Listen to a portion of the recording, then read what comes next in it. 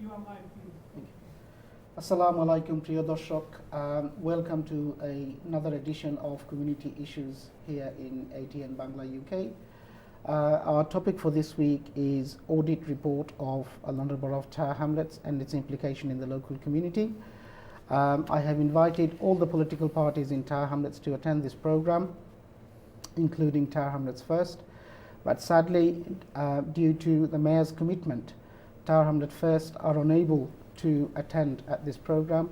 I then sent further emails to our Mayor's office asking if they could send a representative to come and join us at this program. And it wasn't until this evening at 7 o'clock I received a text message from their PA person saying that they are unable to take part. So apart from that, let me introduce you to my guests that are here. Sitting on my left is Councillor Rachel Saunders, who is the Labour Group Leader for London Borough of Tower Hamlets. Rachel, welcome to my programme. Thank you very much. Thank you. And sitting on my right is Peter Gold, Councillor Peter Golds. He's the Conservative Group Leader for London Borough of Tower Hamlets. Peter, welcome to my programme. Good evening. Nice to see you, Doris. Thank you. And sitting next to Peter is Elaine Bagshow.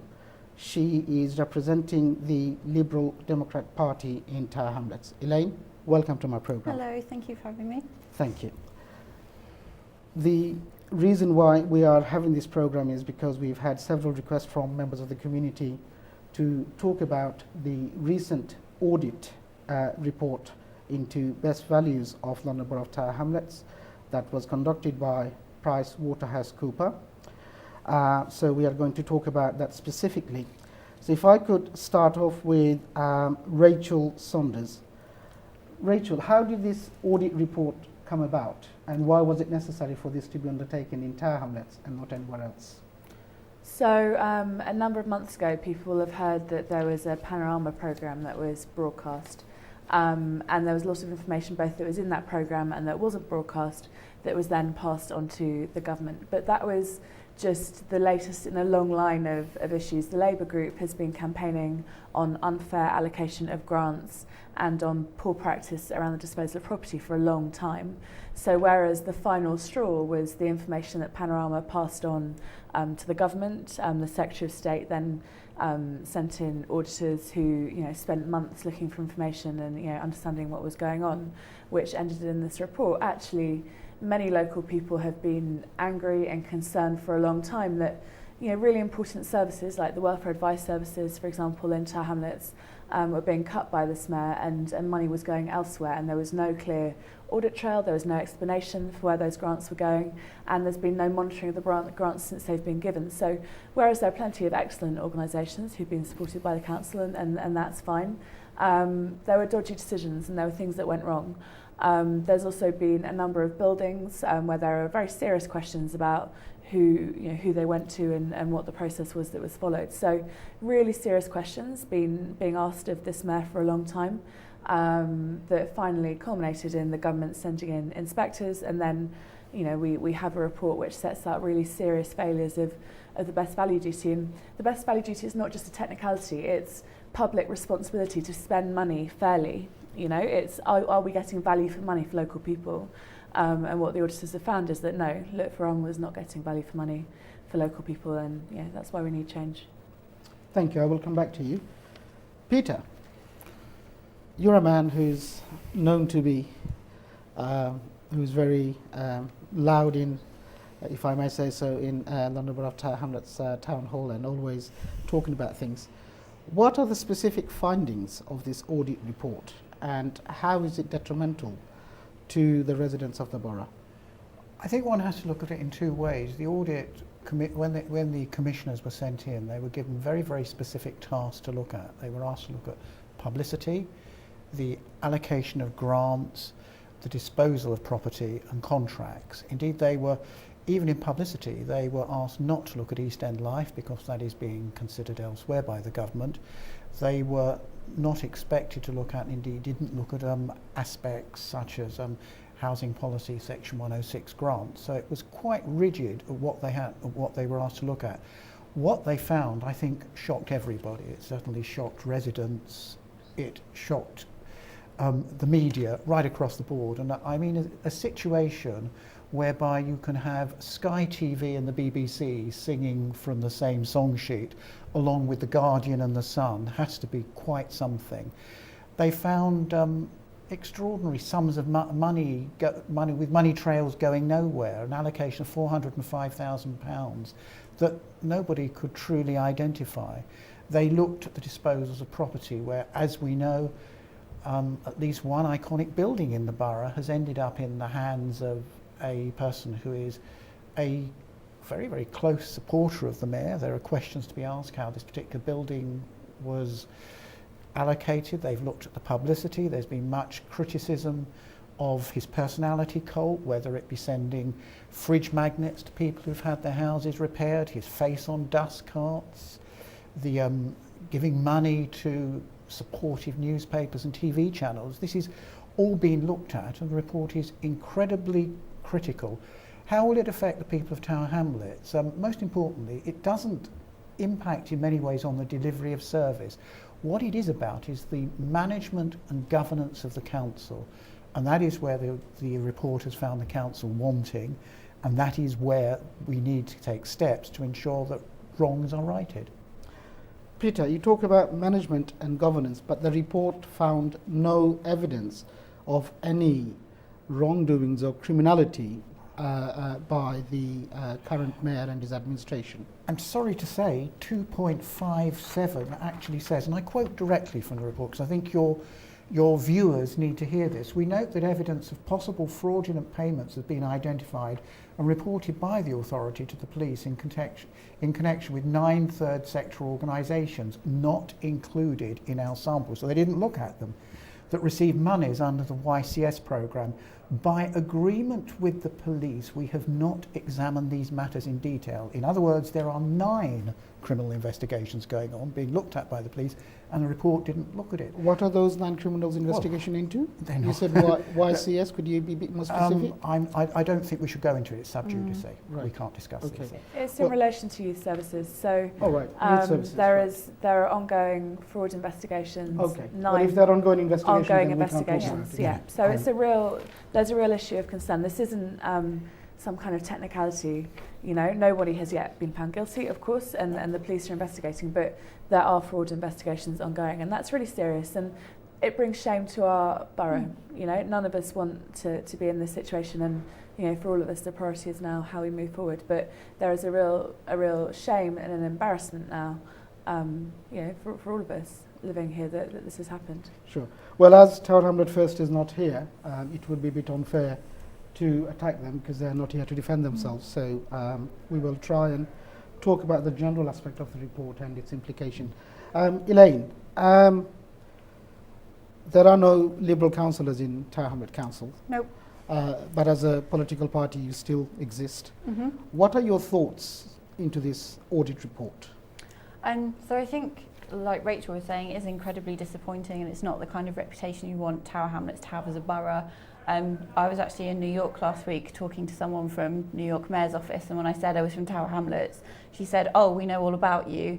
Even in America, it's kind of a case study of poor governance, which is not where we want to be." I think it is important that we work out what happens next. So it sounds like this report has been flashed all over the world. Yes, I mean, you know, the media coverage has been quite substantial, actually, of an audit report into a local authority, and I think that just shows the level of actually what was found. And when you then look at, actually, they did quite a narrow review. If that's what was happening with grants and property deals, the question has to be asked, well, hang on, what's going on with everything else? You know, we still don't have a chief executive after 2 years of searching for one. There's been a lot of churn in senior management at the council. And as a local resident, you do have to ask the question, well, hang on a minute, what's happening with my money? Where is it going? Can I trust that actually I am getting the best value out of the local council and out of local services? Is it going where it needs to be? You know, the grants are really interesting because if you look at some of the figures, the poorest parts of the borough actually get very little money. And it does feel like it's being targeted at, supporters of the mayor and Tower Hamlets first, rather than. But tell me perhaps where something, it's in the needed. past we've had other administrations running the number of Tower Hamlets, and we've had grants given out Yep. again to lots of people, not necessarily to the section of the community that needs it the most. Yeah. So why is it different now? So I think the issue now is that there's no transparency and there's no accountability. So there is no way to find out why were decisions made to give money to particular groups. There's no way of checking actually has that money done anything. So none of these groups are being monitored for, when you go through a grants process. So you're saying that normally there it's- is no methodology, no accountability, and no monitoring, no transparency. Yeah, exactly. From what I can tell, there's none of that. It's just very much, money is given to, it feels like, who personally kind of is in favour at the time of whoever's giving out the money, rather than any kind of process where, there are criteria that you have to meet and then you're monitored to make sure you've actually done what you said you were going to do. Instead, it just feels a bit like people just giving out. Well, so you're saying that on this occasion that grants were given out, but not necessarily followed up to see how those grants had been used. Exactly. So it may well be that actually every grant that was given out, it was completely worthwhile and criteria were met and people did what they were meant to with the money. The issue is we have no way of knowing that, and fundamentally that's really wrong, and it's just not how local authorities should be run. Thank you, Elaine. I will come back to you. Can I just quickly say, Doris, because yes. actually sitting here, I've actually bought the report with me, so everybody ought Yes, to see. I can see you're very efficient, very, Peter. very quickly. If you are, I mean, how much grant were actually given out, Peter? Well, I've got 8,040,000. 8,040,000. 765 pounds. If you were a lucky, or should I say unlucky, resident of the Bow West Ward, £63,000 went in your direction. If you were in Bow East Ward, it was £67,000.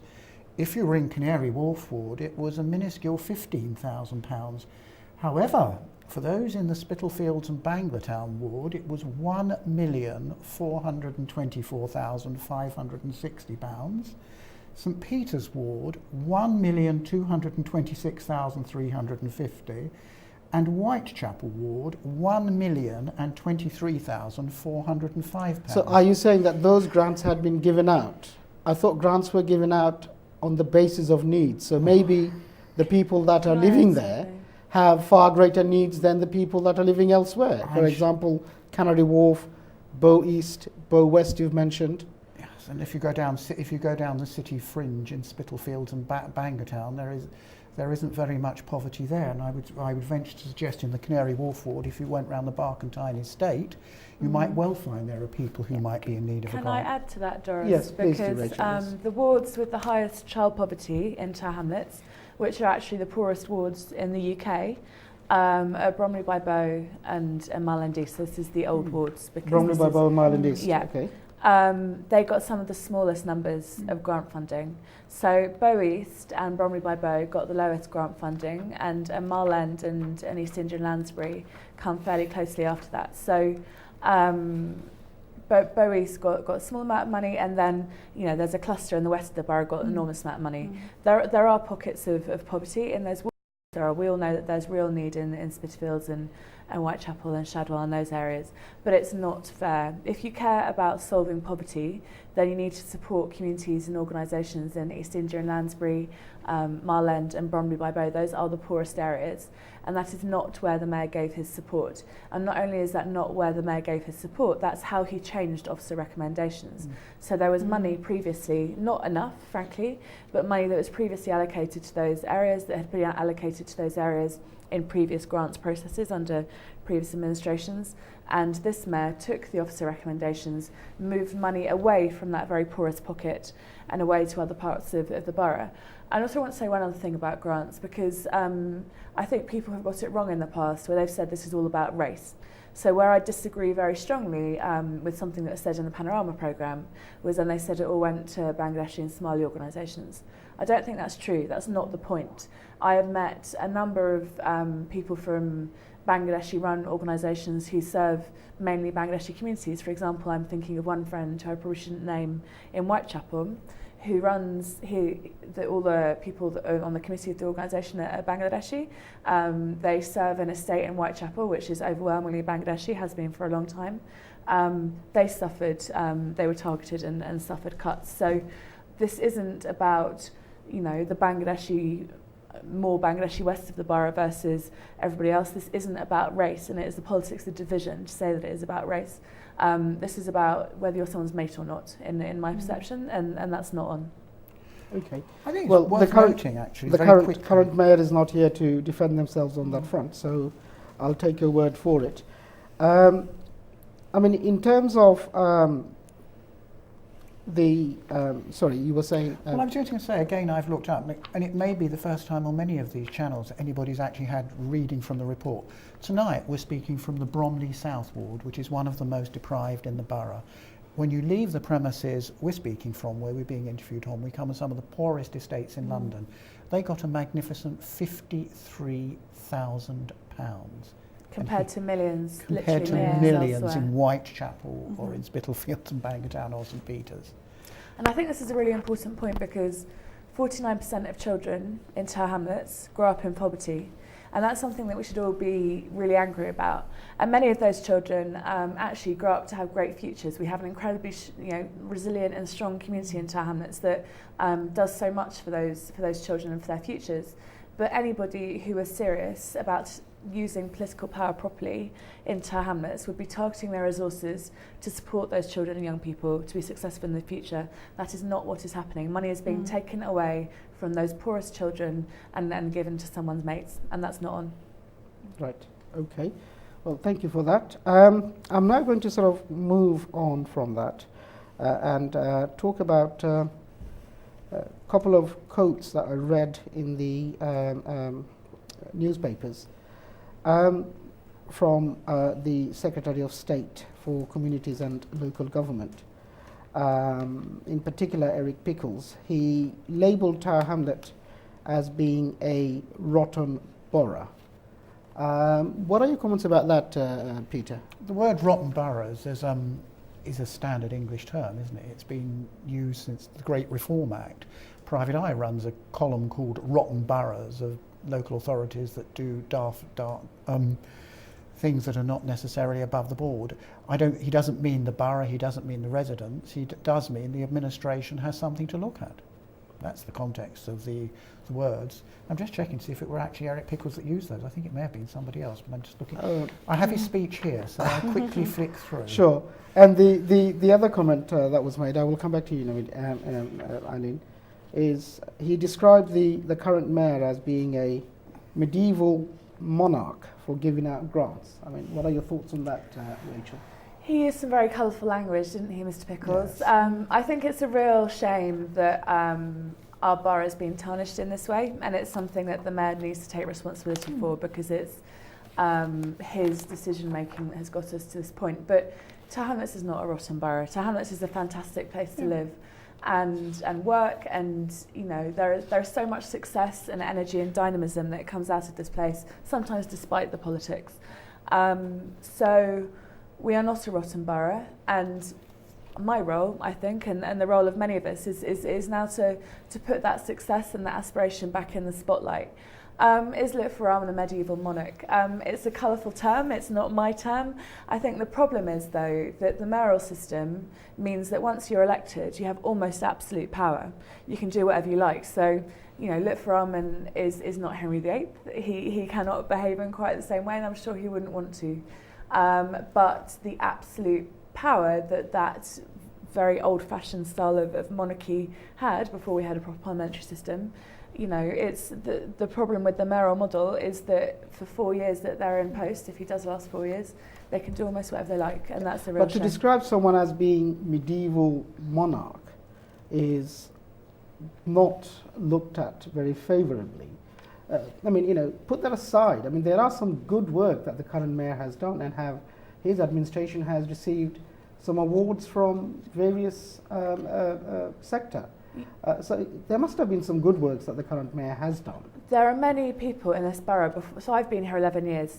There are people who preceded me here who worked really hard to build up the governance of this borough and to build up aspiration and ambition. So, for example, GCSE results off the scale, really fantastic what our local young people have achieved. What is desperately sad is that this year they've started to tip down. In between the first time that Varane was elected mayor and the second time he was elected mayor, crime went up. Street cleaning, I can't even count the number of people who complain about mattresses being left lying around on the streets since Lip Varane decided to charge for mattress collection. So we previously had a great local authority that was really renowned for what it was achieving. There's still good work going on, there's still officers doing their best, but the politics that has gone badly wrong is now having a real impact on the ability of people to achieve locally because of the reputation the borough is getting and sclerotic decision making, and that's what we need to tackle. Can I give you a couple of Eric Pickle's quotes? Yes, I see, Peter, you've been very efficient. You've been looking up the report. The thing is to Yes. actually have what was really said in Parliament than somebody just say a few words. So this is what Mr. Pickles said of Tower Hamlets. It's a wonderful, vibrant place, but frankly, it deserves better leadership. I think that is not saying it's a rotten borough in the context that the borough is rotten. He talks of the leadership. He also says here, instead of councillors always wanting to be in the administration, oh sorry, that's the wrong person. The thing what has happened in Tower Hamlets is that it besmirches even the most benign, hardest working councillor. So he actually commends acknowledges the good work of some of the councillors. councillors. He acknowledges that the borough's a fantastic borough. He acknowledges the good of councillors, but I think he is right to say that there is something wrong with the administration. You may not approve of his metaphor, but he's actually distinguished it from what is the reality of the borough. Yeah, but to label a borough as being a rotten borough, I mean, what does that say about the future of our young people? It's not a context on the young people at all. It's a term that's used in terms of the administration. Or the residents of the borough, for that matter. They don't mean it like that. It's the terms used of the management, the electoral process. That's where the term rotten boroughs come from. Right. Okay. It's not a description of the people. And frankly, the councillors who pretend it is really should have a sense of history and better sense of history and language. Thank you, Peter. Elaine. No, we've talked about the inequalities of distribution of grants from the current mayor. But correct me, in the days of the Liberals when they were managing Tower Hamlets, we've also had complaints about them spending too much money in Globe Town area rather than elsewhere in the borough. So why is it different now? So I think, like I was saying before, I mean, so I wasn't in the borough when the Liberals were in charge. I'm not sure if I was even born then, as it was quite some time ago. But again, I think it is about having a clear and transparent process about is it that there weren't as many applications whilst Lutf has been in power from groups in Bow West as opposed to Spitalfields and Bangla Town, and that's some of the discrepancy. I doubt that's the case, but we just have no way of finding that out. There's no paper trail, there's no minutes from how decisions were come to, and again there's no monitoring. There's just nothing there for you to go back and say, okay, how did you come to this?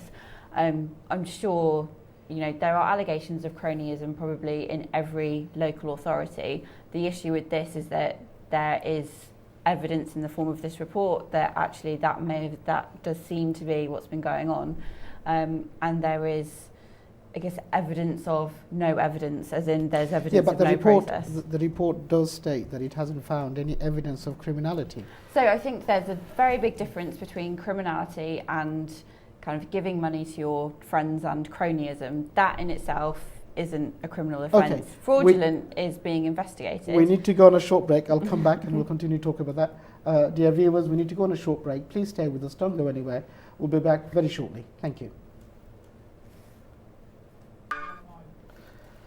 Dear viewers, welcome back after a short break, and thank you for staying with us. In this segment, we will be taking calls from our viewers. There will be a number that will be displayed on the screen very shortly. It's a premium line number, so before you call, please make sure you take the bill payer's permission to make a call. Thank you. The number that will be displayed on the screen is 09022 400 102. I repeat, 09022 400 102. Thank you. Right. As we were talking, Elaine, we were talking about the Liberals and its administration and how things are different now.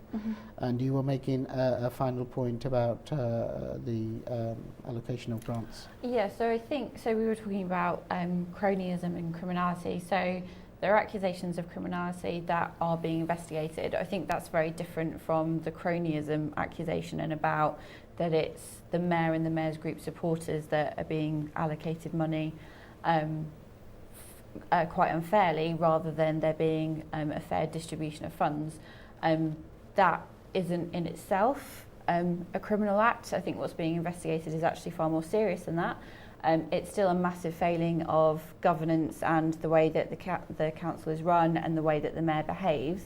And he has a lot of questions to answer around that, about how is the process working fundamentally, is it fair, why isn't there an audit trail, and what is he going to do to address all of those concerns, so that as a local resident I can go and find out, okay, actually what is going on.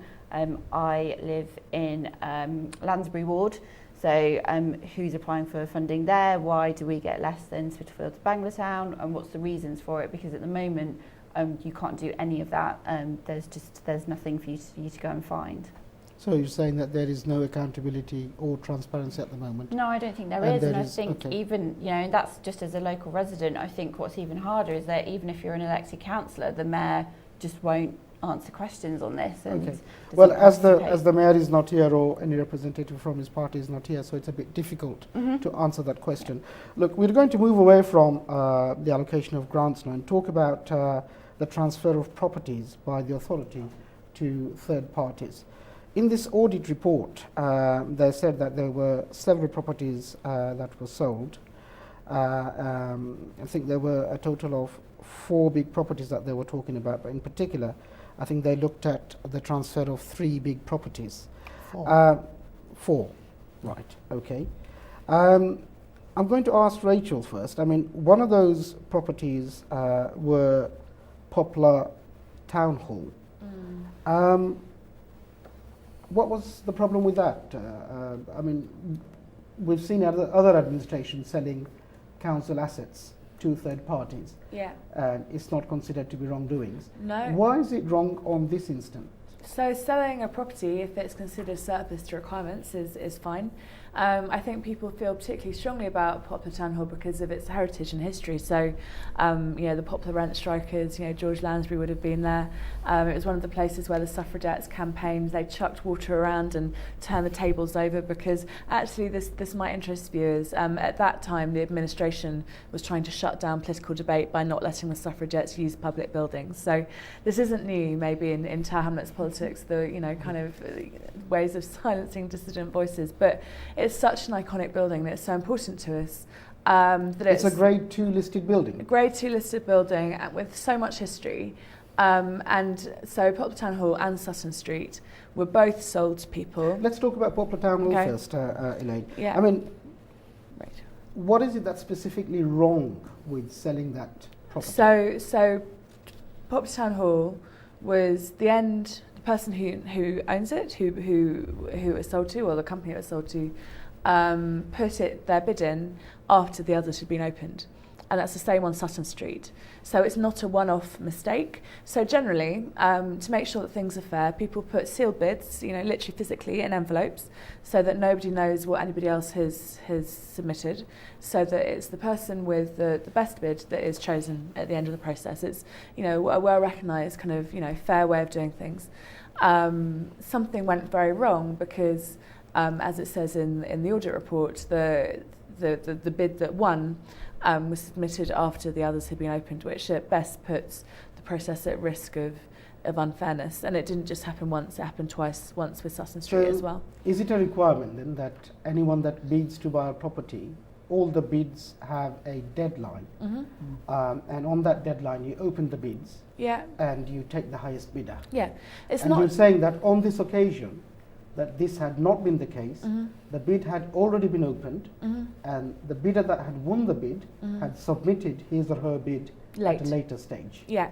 Was that the highest bid or was that the lowest It bid? wasn't the highest bid, it was somewhere in the middle. And I think it's important to be clear, it's not necessarily the bidder's fault.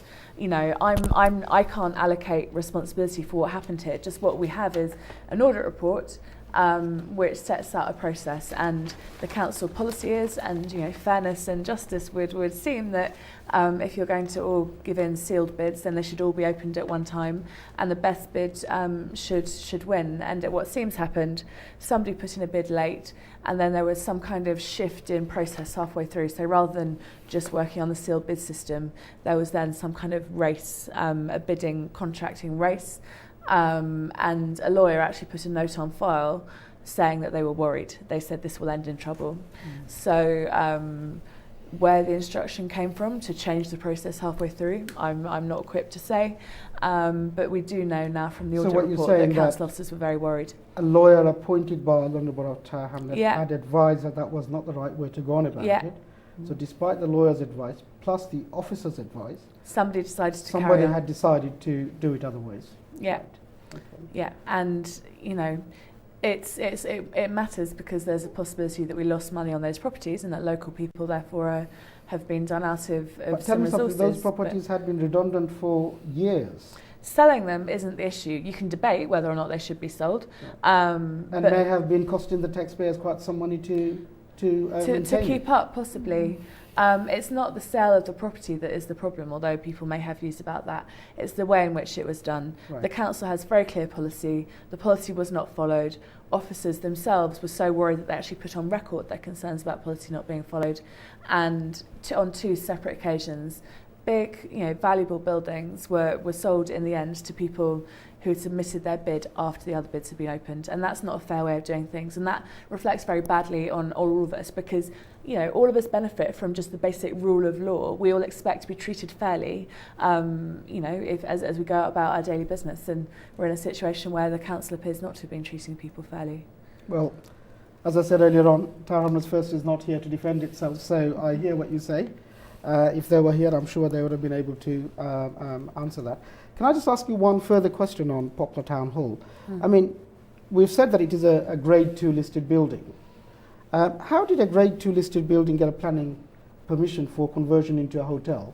That's another open and very controversial question. And again, if only the Mayor's administration were here to explain how these choices get made. It didn't go to the planning committee, so there's some controversy about whether a decision of that importance should have gone to the planning committee and should have been a decision like that should have been made visibly. But as you say, a Grade 2 listed building. But tell me something, the officers have a discretion up to a certain limit to exercise their power. Anything over and above that has to go to a planning committee. So why was it that this particular application did not go to the planning committee? And I think this is now the challenging situation that we're in, because what we have is an audit report that describes to us what happened. And what we now need is answers. So we passed a motion at the last full council meeting saying, here's the audit report, please, you know, local people need answers to these questions. I can't explain to you why, you know, the planning commission was allowed to change. It wasn't my decision. I'm an opposition councillor. What we need is for the current administration, and if only they were here, Yes, to answer some of these questions about what happened. Absolutely. Well, as I said, we did invite them to come along, and it would have been nice to have their presence, but sadly, you know, due to the mayor's prior commitment, he could not attend. But I was hoping that he would be able to send a representative, but again, they couldn't find anyone. So yes, it's a bit unfortunate that they are not here. So we would just have to hear what you have to say. So on this planning application, then what you're saying that the normal procedure of the council, the standing orders and everything else had not been followed? Certainly in terms of accepting a late bid after the others have been opened, that just breaks process. The question of the planning permission, I think, remains an open question. Right. How it is that a Grade 2 listed building was able to be a hotel, and how that decision was made late, not before the building was sold. Because if that planning permission was given before the building was sold, more people might have chosen to buy it. So why is it that that option was only open after the sale? These are all really important questions which are about fairness and, you know, democratic scrutiny, and at some point somebody needs to answer them. One last question on this. I mean, if this town hall is converted into a hotel, surely it will create jobs and support the local economy. So isn't that a good thing to do? I hope so. I hope, I hope that for the sake of local people, that building continues to have some public benefit. What's important is that those choices were made fairly. So if the company that makes it into a hotel is successful, other people might have had that opportunity if process had been followed in a fair way. Okay. One final question then before I go on to Peter. We note from the report that this particular bid was given to an associate who had an interest with the mayor. That's what the audit report said. What are your views on that? I think that the owners of the building and the mayor should probably speak for themselves, but people will worry when a bid was accepted late if it's true that the person or the company that submitted the bid had a close connection with the mayor. That's obviously an issue of concern, because we need to know that, that public assets are being used fairly. So, these are questions I think that probably the people in charge need to answer. Thank you, Rachel. I'll come back to you now, Peter. Sutton Street Depot. This property was being marketed on an as-seen basis. The authority has ultimate responsibility has taken the ultimate responsibility for the significant cost in terms of rent, foregone and potential. What was actually wrong with the way in which they have sold this property to the current owners? I think it goes back, and I must tell you that Sutton Street is not one of the ones I particularly raise, so it's not one I have as much knowledge of as some of the others. I think it goes back to, again, the fact that the person who's acquired it is known or is understood to be known by the mayor. It's the process. So you're saying that the person that had bought Sutton Street Depot is someone who is close to the mayor. Is that what you're saying? Understood. It is understood, right? Understood. Okay. The successful bidder is known to the mayor. Shall I add on Sutton Street as well that there's two amounts of money. So there was some money which after the sale was agreed between the council and the buyer that added up to £135,000. So there was an amount for rent and an amount for making the property kind of safe and good. So the building was sold as seen. Everybody put their bids in on the basis that it was sold as seen, and then subsequently extra resources were given to the buyer. So and that resources is what you're saying is the taxpayers' money. Taxpayers' money. Tower Hamlet taxpayers' money. £135,000. £135,000 had gone towards this building. Yeah, and again, if Tower Hamlets First were here, they might have an explanation. This is for what, refurbishment of the building to make it good? My understanding is that, it sets out in the audit report that after it was sold, the buyer said, oh, it's not in a good state, I need more help. That help was not on the table for other bidders. So again, it's just basic parity and justice and fairness that's contested here. I mean, the one thing I do know about under these circumstances, sorry Peter, under these circumstances, do the council have a duty of care?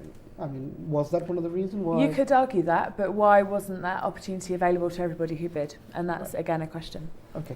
Peter, you want to I think the important thing, the one thing I do know about Sutton Street, because it did interest me, that after the successful applicants acquired the property, there was a 12-month rent-free period. Now, that is in itself extremely controversial, and that has to be looked at. I think we could be straying onto very awkward ground if we say too much about it, but it is a matter of public record, and indeed the PwC report goes into great work on the fact there was this 12-month rent-free period. Okay. Who was this property given to, if I may ask, sir? I mean, do we know at all? I certainly know, but I'm not saying it on television. Right. Rachel? I don't think this is about personalities, it's about fairness for everybody. I think Right. this is, we're trying to talk about what is best for the borough. If we then get a name and we put a name before the public today, there'll be discussion on that personality and did that person know the mayor, did that person know this one, that. I think it is better, as the report clearly identifies, just merely there was a successful applicant after a bidding process that left raised eyebrows and the extraordinary decision to grant the 12-month rent-free period. I think look at it like that, and I think if we hold it at arm's length, we can be much more objective about it. Thank you, Peter. Now I'm going to talk about Melly Street, Elaine. Do you know, what was the actual problem with selling Melly Street? Do you know anything about it? So I won't pretend to know the details about Mellow Street, so I haven't been an elected councillor, so I haven't been involved. For me, just from what's in the report and the conversation we're having, my issue is if the council decides to sell another property, why would anyone decide to participate in bidding it? So why would anyone from Canary Wharf Group choose to bid on a property that the local council was selling if it's kind of seen that, well, oh, hang on a minute, actually there's a certain group of people who support the mayor, they get special treatment, why would anyone else bother? And for local residents, that means that, you don't get a fair process, you don't get a fair price, which means in the long run, we all lose out. And that's, I think, where the kind of reputation of the borough does start becoming a problem, and that's where local residents begin to start losing out. And that's why the mayor and his group really need to answer some of the fundamental questions about why have they taken these decisions. They may have very legitimate reasons. I think the issue is that we don't know any of them. Right. Melly Street hasn't been sold. Right. Okay. It's been given to an organisation, again, of which is arguable very close connections with the. Okay, so Melly Street hasn't been sold; it's been given to an organisation. It's been handed over to an organisation for Okay. a 3-year period at a knockdown rent. Okay, so at a reduced rent. Very Is that for much community use or? well, it's certainly been to use. Whether it's for the wider community is open to controversy. Right. And how different is this from, from past administration's deal? Well, it was marketed very quickly. I mean, let us first consider what the Melly Street site was. It was once a small school that was put on a bomb site. It then became a temporary doctor's surgery while they were building the Barkentine Health Clinic. And it is now a series of porta cabins used by a group. This site, which I would say is within less than 5 minutes walk of the Canary Wharf complex, is worth millions. Okay. Okay. I mean, you go round there and they're building. So the land massive, itself is worth a fortune. It is surrounded by massive high-density housing developments, and yet this one wasn't sold. One or hasn't been sold by one of the people developing there, and one must ask why. Right. Okay. And it ended up in the hands of a group in the summer of last year, who'd been founded in February of last year. Oh, right. Okay. As quickly as that. So you're saying that an expensive land had been given to an organisation that is relatively new, Extremely new. and this organisations, we don't know anything about their history and so on. We can't have much of a history because they're only founded in February 2013, and they got their hands on this site in May 2013. Right. Okay. Right. We need to go on a short break, ladies and gentlemen, so please stay with us, and after the break we will continue with our discussion. You would have seen a number on our screen. If you do have any comments or any questions that you may wish to ask, do call in. Stay with us. We'll be back after a short break. See you soon. Thank you. Priya Darshak, welcome back after a short break. Please stay with us till the end of the program. As you can see, there is a number on the screen where you can call and participate in this program. We are talking about the audit report in West Valley of London Borough of Tower Hamlets and its implication in the local community. So if you have any comments or any questions for any of our panel members, please do phone in, and we will be pleased to try and get our panel members to answer those for you. Just before the break, we were talking to Elaine, and I will go back to Elaine. Elaine, you were saying about Melly Street. What was the final comments that you were making?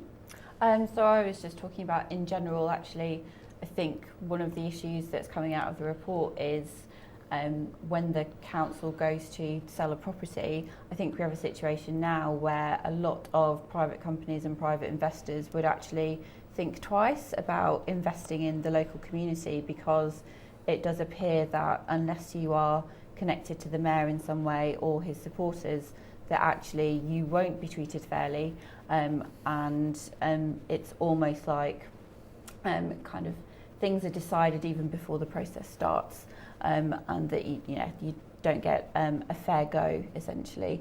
And again, for local residents, that means that we lose out, because it probably means that we're underselling property, and therefore less money comes back into the council. Well, it's okay. I hear what you say, but as we said previously, that without the mayor or someone from his team being here, they can't defend it's a bit themselves. difficult to defend that. But tell me something. You are representing the Liberal Party here today. I remember in the days when the Liberals were in control, Bethnal Green Town Hall had been sold by the Liberals, and it had been converted to a very posh hotel now, if I may say so.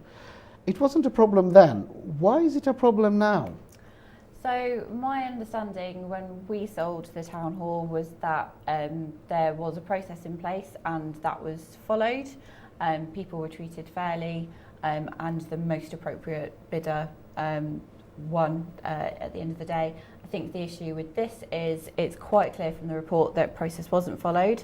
It went to a bidder who did a late bid, and all of the others had been opened when they submitted. And it sounds like it was sold as a Grade 2 listed building. Now, the assumption with Grade 2 listed buildings is that actually you can't change them. So there are a lot of strict rules around what you can do to them. So usually you can't change the exterior. There's a lot of rules about what you can and can't use them for. And then all of a sudden after But surely that must have been the case with Bethnal Green Town Hall as well. So I don't know if Bethnal Green Town Hall was listed or exactly what happened, because I wasn't here when that was sold. But it's quite clear from what happened with Poplar Town Hall that process wasn't followed.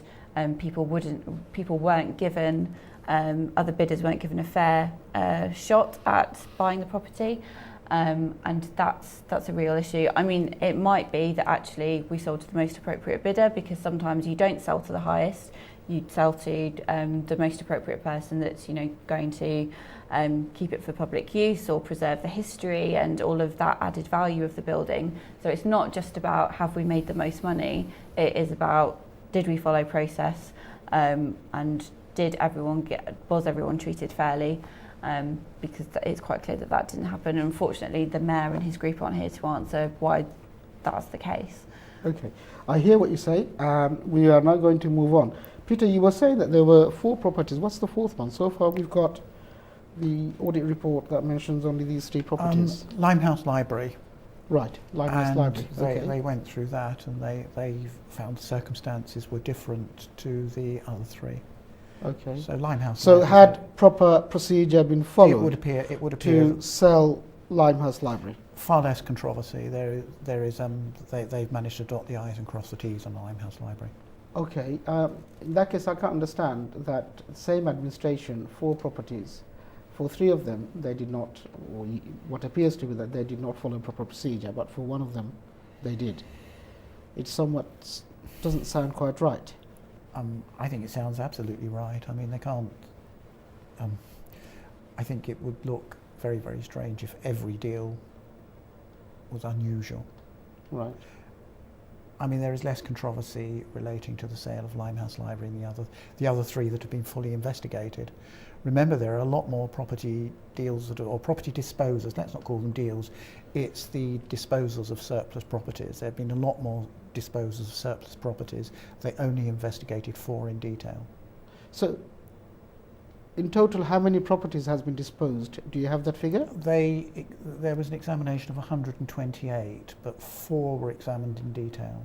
Be interested to see what happens about the other 124. Right. Okay. Well, thank you very much for that.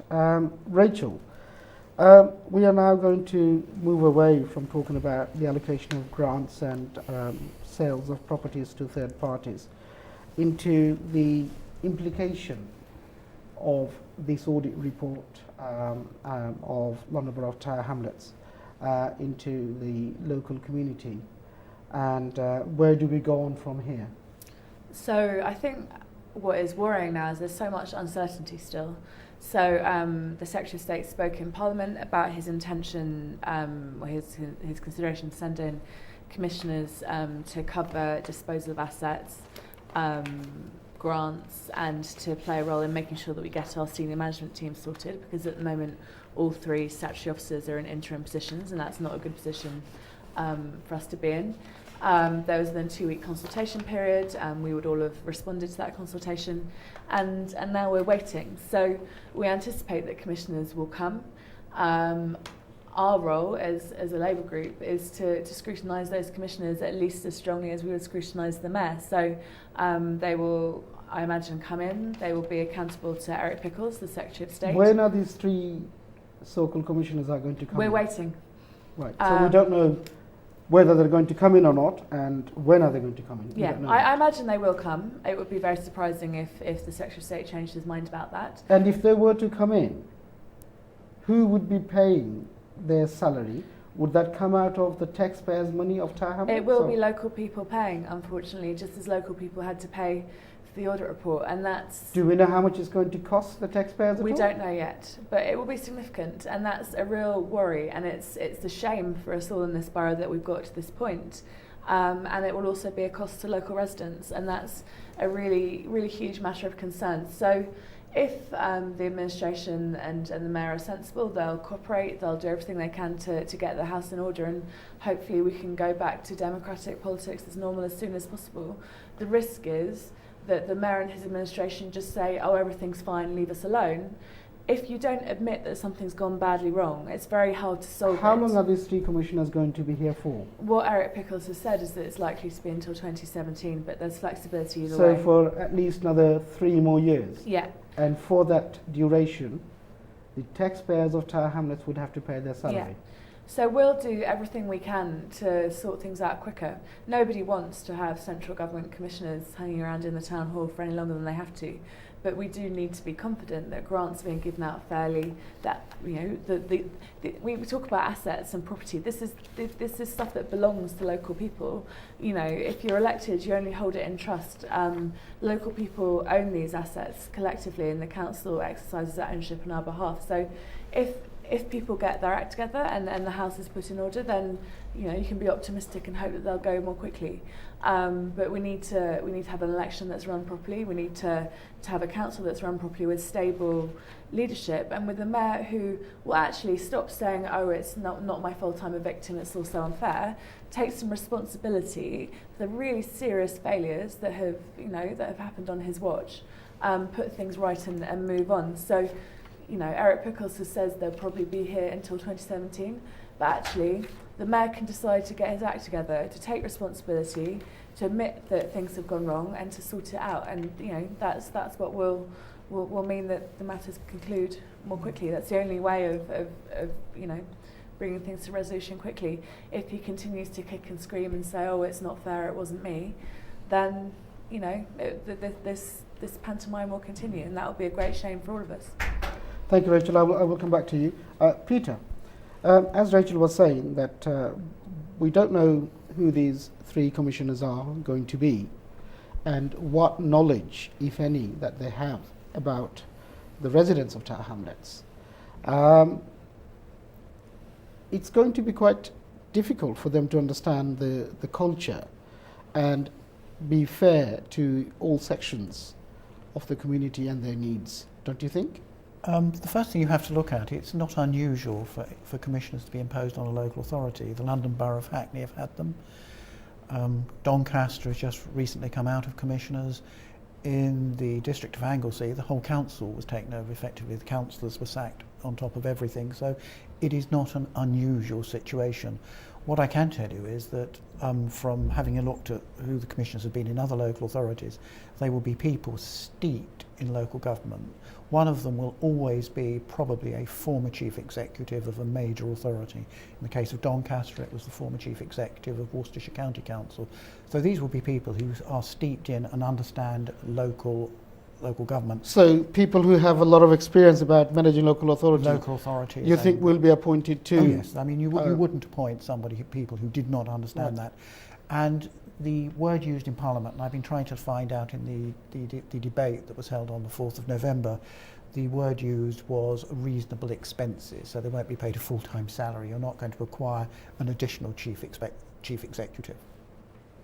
But with 3 of them, you're looking at 3 times the normal expenses, Well, in addition to everything else. Yes, but reasonable And expenses. here in Tower Hamlets, like anywhere else in the borough, we are going through major cuts that has been levied on us by the central government. And on top of this, we have to cope with additional expenses. Well, I suspect their expenses will be less than what was paid to the QC that got thrown out of court on the 14th of November for what was effectively a vexatious attempt to stop the PwC report. The judge's dismissal of the action is absolutely devastating for the council. I mean, the language the judge uses is quite extraordinary, and they pay £40,000 for the QC and had to pay a further £8,000 compensation to the DCLG for taking them to court.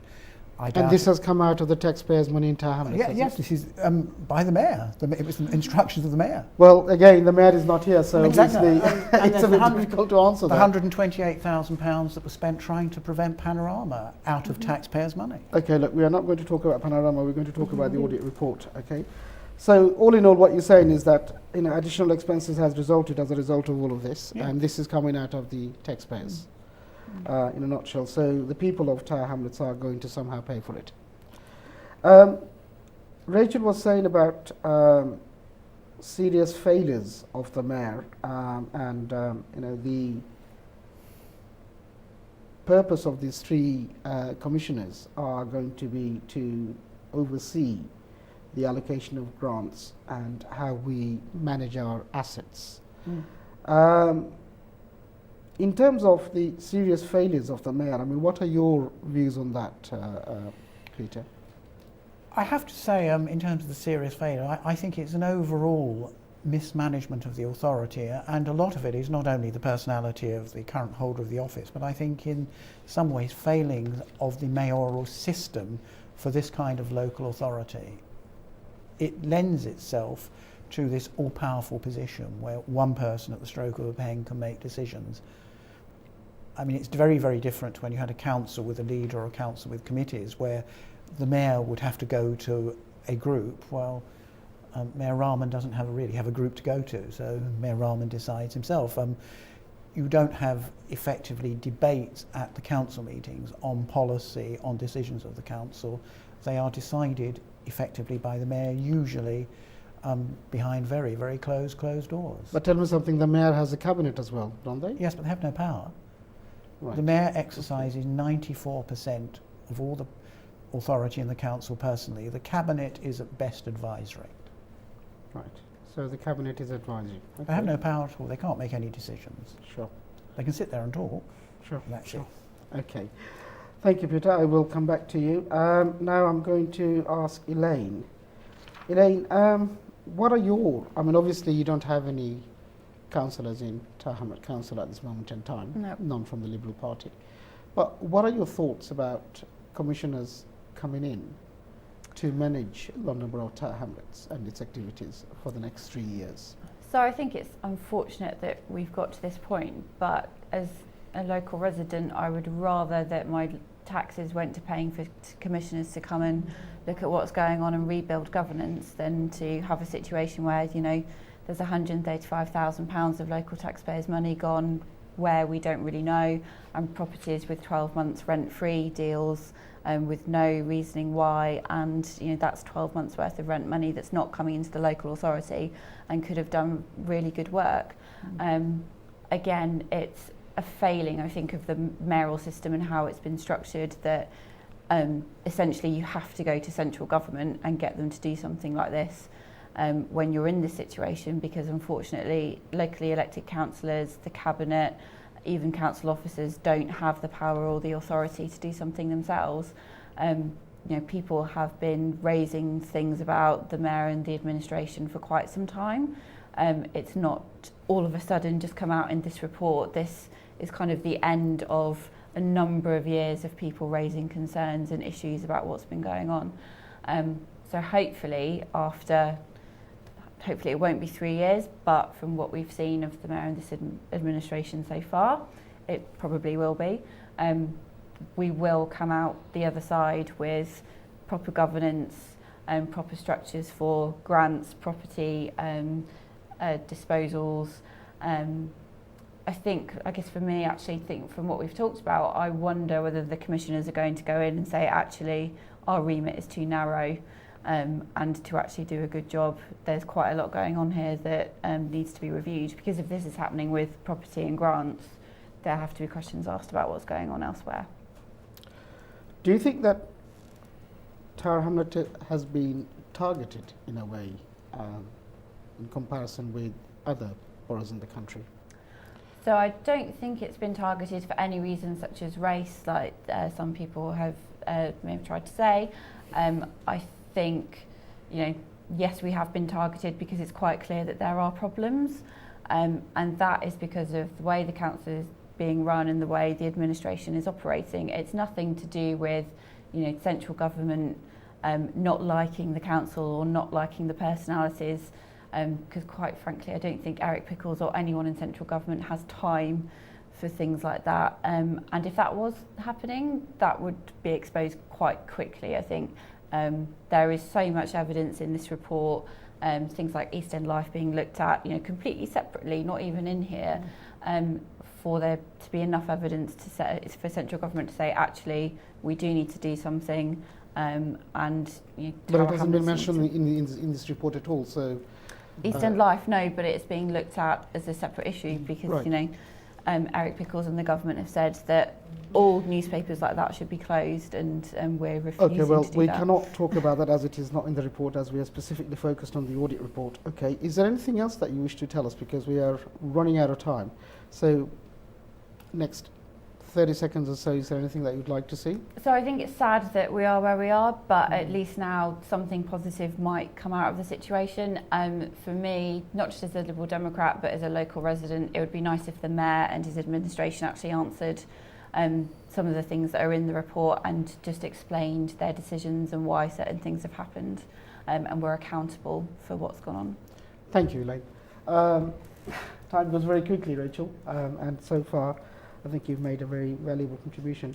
In the next 30 seconds or so, can you tell us what you would like to see as a result of this audit report, and what would be a good governance, or example of a good governance as to how Tower Hamlets could be run? Yeah, so we need a proper chief executive.